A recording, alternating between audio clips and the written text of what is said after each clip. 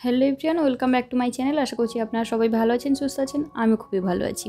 আজকে আমি আপনাদের সাথে শেয়ার করব টমেটোর পাঁপড় রেসিপি। পাঁপড় খেতে কার না ভালো লাগে বলুন তো? বিকেলে চায়ের সাথে কিংবা ডাল ভাতের সাথে আমরা বাঙালিরা পাঁপড় খেতে ভীষণ পছন্দ করি। এই পাঁপড়টা বানানো খুব ইজি, খুবই সিম্পল। চলুন দেখে নিন কীভাবে বানাবেন। সবার প্রথমে নিয়ে নিতে হবে কয়েকটা টমেটো। টমেটোগুলো একটু খেয়াল রাখবেন যেন লাল টকটকে হয়, মানে একটু বেশি পাকা হয়, এতে পাঁপড়টারও কালার লাল আসে। টমেটোগুলোকে সবার প্রথমে পরিষ্কার জলে ধুয়ে নেবেন, এরপর ছোট ছোট টুকরো করে কেটে নেবেন। পরিমাপটা আপনাদের পছন্দ মতো আপনারা কম বেশি নিয়ে নিতে পারেন। তো বন্ধুরা, এখানে আমি সবগুলো টমেটো কেটে নিয়েছি। এবার মিক্সি জারের মধ্যে ভরে এগুলোকে আমি পেস্ট বানিয়ে নেবো জল ছাড়া। জল দেওয়ার দরকার নেই, এমনিতেই টমেটো থেকে অনেকটাই জল বেরিয়ে আসে। এরপর একটা ছাঁকনির সাহায্যে এটাকে ছেঁকে নিতে হবে, যাতে কোনো দানা বা ঘোসা এর মধ্যে না থাকে। যদি থেকে যায় তাহলে পাঁপড়টা ফেটে যাবে আর খেতে ভালো লাগবে না। তাই অবশ্যই ছেঁকে নেবেন, আর এই ছাঁকার সময় যদি প্রয়োজন হয় অল্প জল ব্যবহার করতে পারেন।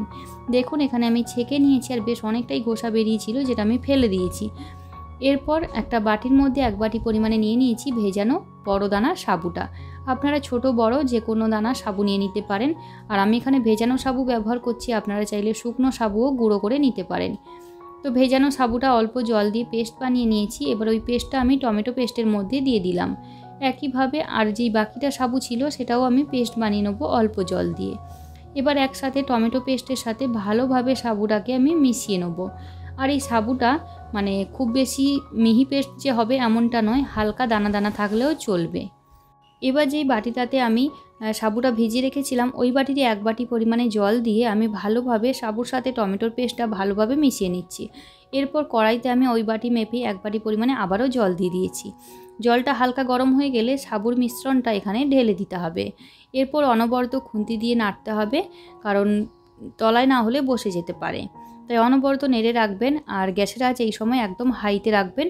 আর 5 থেকে 10 মিনিট রান্না করে নিলেই এটা রেডি হয়ে যায়। যতক্ষণ না কালারটা চেঞ্জ হচ্ছে, সাবুটা সেদ্ধ হচ্ছে, ততক্ষণ এটাকে রান্না করে নিতে হবে। দেখুন বন্ধুরা, কালারটা পুরো চেঞ্জ হয়ে গেছে, আর এটা কিন্তু বেশ অনেকটাই ঘন হয়ে গেছে। এই সময় আমি আবারও 1/2 বাটি পরিমাণে জল এখানে ব্যবহার করেছি। যতক্ষণ না সাবুটা পুরোপুরি সেদ্ধ হচ্ছে, তার আগে যদি দেখেন এরকম ঘন হয়ে এসছে, ততক্ষণ কিন্তু জলটা মেশাতে থাকবেন। তো যদিও আমার এরপরে আর জল মেশাতে হয়নি, 1/2 বাটি জলেই কিন্তু খুব সুন্দরভাবে সাবুটা সেদ্ধ হয়ে গেছে। আর এর থেকে বেশি ঘন আমি করব না, কারণ এটা ঠান্ডা হলে আরও ঘন হয়ে যাবে। আর যখনই এটা খুন্তিতে তুলে ছাড়বেন, তখন দেখবেন খুন্তি থেকে সম্পূর্ণ পড়ে যাবে না, হালকা একটা আস্তরণ মতো লেগে থাকবে। তখনই বুঝতে হবে পাঁপড়ের জন্য একদম পারফেক্ট হয়েছে। এবার একটা পাত্রের মধ্যে এটাকে ঢেলে পুরোপুরি ঠান্ডা করে নিতে হবে, যেন গরম না থাকে। পুরোপুরি ঠান্ডা করেই কিন্তু পাঁপড়টা বানাতে হবে। চামচের মধ্যে দেখুন একটা আস্তরণ হয়ে আছে, পুরোটা কিন্তু চামচ থেকে পড়ে যায়নি। এরপর বন্ধুরা 1 ঘন্টা পর চলে এসেছি, ঠান্ডা হয়ে গেছে। এখন এর মধ্যে 1 টেবিল চামচ পরিমাণে গোটা জিরে, 1 টেবিল চামচ পরিমাণে গোটা মৌরি, সামান্য একটু দিয়ে দিচ্ছি গোলমরিচের গুঁড়ো, আর এখানে দিচ্ছি 1/2 টেবিল চামচ পরিমাণে লবণ। লবণের পরিমাপটা একটু কমই রাখতে হবে, কারণ পাঁপড়টা শুকনো হওয়ার পরে লবণ না হলে বেশি লাগবে। আর আমি এখানে মৌরি আর জিরে দিয়েছি। আপনারা যেই ফ্লেভারটা পাঁপড়ের মধ্যে পছন্দ করেন সেটাই এখানে ব্যবহার করতে পারেন। চিলি ফ্লেক্সও চাইলে দিতে পারেন, ধনেপাতাও কেটে দিতে পারেন। এরপরে যেই পলিপেপারগুলোতে জামা কাপড় আসে, বড় পলিপেপারগুলো, সেইগুলো মাঝ বরাবর কেটে আমি বিছিয়ে দিয়েছি, আর এর মধ্যে পাঁপড়গুলো বানিয়ে নিচ্ছি। দেখুন কিভাবে বানাচ্ছি। সবার প্রথমে 1 হাতা করে দিয়ে দিয়েছি, এরপর ছোটো চামচের পেছন দিয়ে এগুলোকে গোল গোল করে ঘুরিয়ে দিচ্ছি। খুব বেশি পাতলা করা যাবে না, একটু মোটা করেই বানাতে হবে। এগুলো রোদ্দুরে শুকনো হওয়ার পরেই কিন্তু অনেকটাই পাতলা লাগে। আর আপনারা যদি আমার মতো ফ্ল্যাটে থাকেন, ছাদে যেতে পারেন না, তাহলে এরম ফ্যানের তলায়ও রেখে দিতে পারেন। আবার আপনাদের যেই জানলা দিয়ে হাওয়া খেলে বেশি, তো হাওয়াতেও এটা শুকনো হতে রেখে দিতে পারেন। হাওয়াতে রাখলে এটা 2 দিন সময় লাগে, রোদ্দুরের মধ্যে 1 দিনে শুকিয়ে যায়।